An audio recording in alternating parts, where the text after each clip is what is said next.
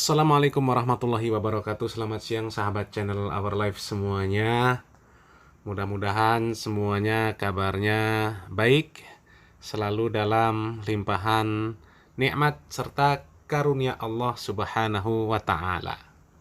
Sahabat channel Our Life, setelah beberapa minggu saya vakum tidak membuat konten seperti biasa, mengomentari atau ya apa namanya komentar kritis lah tentang berbagai macam permasalahan yang terkait dengan isu syarak, terutama hal-hal yang menyinggung umat Islam. Sahabat channel Our Life, beberapa minggu yang lalu ini viral permasalahan tentang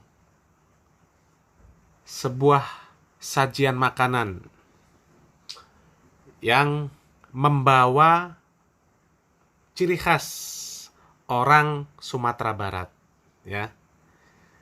Langsung saja kita sebut makanan tersebut adalah rendang. Ada apa dengan rendang? Sebenarnya tidak ada permasalahan apabila rendang tersebut adalah rendang seperti yang selama ini kita kenal, ya kan? Di rumah makan masakan Padang. Akan tetapi rendang yang ini cukup beda karena rendang ini mengusung bahan-bahan yang non halal. Bahkan dinamakan sendiri rumah makan tersebut dengan nama bahan tersebut, yaitu babi.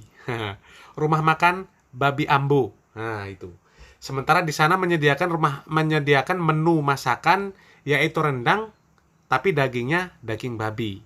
Ya kan? Otomatis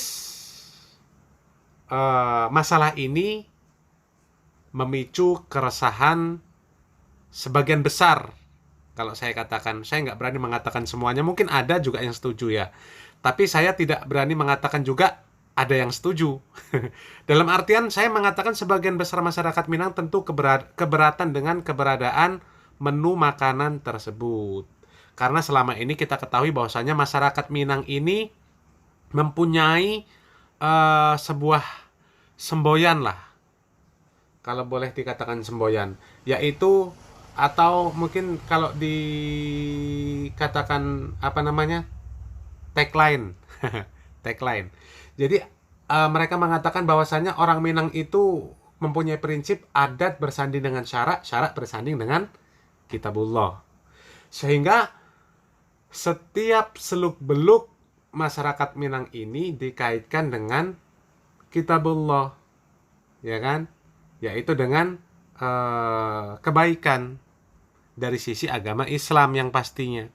Sehingga produk-produk masakan dari masyarakat Minang itu sudah dipastikan dari sisi zatnya itu halal. Seperti rendang yang selama ini kita kenal, yaitu berasal dari daging sapi. Atau minimal jengkol, rendang jengkol, ya kan? Tapi ketika ada rendang babi, sontak kemudian pasti ada masyarakat Minang yang tersinggung. Karena selama ini jelas keautentikannya bahwasanya rendang itu halal. Masyarakat Minang itu sangat peduli dengan agamanya. Nah, kenapa saya kemudian menyoroti permasalahan ini? Ya, karena ada seorang tokoh, yaitu tokoh agama yang cukup terkenal namanya, justru secara tidak langsung memberikan pembelaan, ya kan, memberikan pembelaan terhadap orang-orang yang melakukan hal tersebut. Yaitu beliau mengeluarkan statement, bahkan di awal video tersebut menyebutkan ayat Al-Quran. Ya ayyuhalladzi apa namanya? Ya ayyuhan nas kulu mimma fil ardi halalan thayyibah. Nah, dikatakan di situ beliau mengatakan bahwasanya memakan makanan halal itu dan baik itu adalah untuk orang-orang yang beriman saja, untuk yang beriman saja, untuk yang muslim. Hello, ini di ayat ini jelas dikatakan ya ayuhan nas, wahai sekalian manusia, bukan wahai orang-orang yang beriman. Atau mungkin bukan wahai orang-orang mukmin, bukan. Orang muslim, bukan. Ya ayuhan nas, penekanan kepada semuanya manusia. Hanya saja memang terkait masalah ayat Al-Quran itu memang sebagai pedoman umat muslim. Akan tetapi ketika itu, pada masa itu, ketika ayat turun tersebut, Allah mengatakan ya ayuhan nas. Kan begitu. Ya kan? Bukan ya ayyuhalladzina amanu. Nah, kemudian di video tersebut beliau mengatakan bahwasanya beliau justru lebih senang ketika ada orang-orang non-muslim kemudian membuat produk non-halal dan kemudian memberikan label non-halal. Sehingga kita yang muslim kan tinggal, kalau memang tidak halal, ya sudah tidak usah beli. Kan beres. Itu namanya statement konyol. Statement orang yang nggak cerdas. Ya kan? Statement orang yang nggak cerdas. Sekarang kita analogikan. Kalau seandainya pemikiran seperti itu, maka apa gunanya ada dai, ada pondok pesantren, ada ustadz, ada kiai, ada habaib, dan lain sebagainya. Apa gunanya ada ulama yang kemudian memberikan pengetahuan tentang permasalahan halal haram. Kan begitu. Jadi kita analogikan sekarang seperti ini. Seandainya kita membahas masalah katakanlah Tuhan. Ada orang yang mengatakan Nabi Isa itu adalah Tuhan. Kemudian ada yang mengatakan bahwasanya patung itu Tuhan mereka. Atau mungkin binatang Tuhan mereka. Seharusnya umat muslim ya udah nggak usah dakwah, nggak usah ngurusin Tuhan-Tuhan mereka, nggak usah membahas bab kesyirikan, kemurtadan dan lain sebagainya, nggak usah. Kenapa? Ya kan kita tahu bahwasanya Tuhan kita, Tuhan muslim itu Allah. Yang berhak menyembah Tuhan, menyembah Allah itu hanya untuk orang-orang muslim saja. Kalau orang-orang non-muslim ya terserah mereka. Mau nyembah apa juga terserah. Lalu apa gunanya dakwah? Kan seperti itu. Begitu juga terhadap permasalahan yang lain.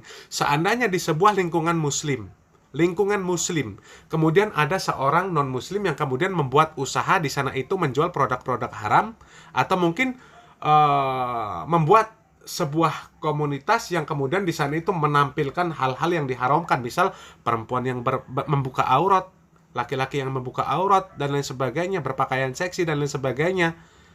Bagaimana? Seandainya kemudian berprinsip seperti itu tadi, ya tinggal ngomong aja, ya udah menutup aurat itu kan urusan orang muslim. Kalau yang nggak muslim nggak tutup aurat juga nggak masalah, terserah. Apakah begitu kemudian? Oh tentu tidak, kan begitu. Nah, kemudian di dalam video tersebut juga beliau mengatakan bahwasanya sejak kapan rendang punya agama. Itu statement konyol.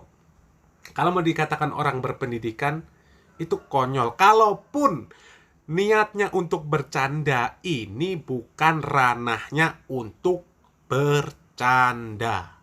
Ya, ini permasalahan serius. Permasalahan bagaimana seorang muslim itu menyikapi permasalahan, terlebih permasalahan tersebut menyakiti saudara kita muslim yang berada di tanah Minang, yang mereka tersinggung dengan keberadaan produk mereka yang selama ini dikenal dengan kehalalannya, terganggu dengan adanya produk yang mengatasnamakan atau mengambil nama tersebut, akan tetapi produknya tidak halal, otomatis tersinggung.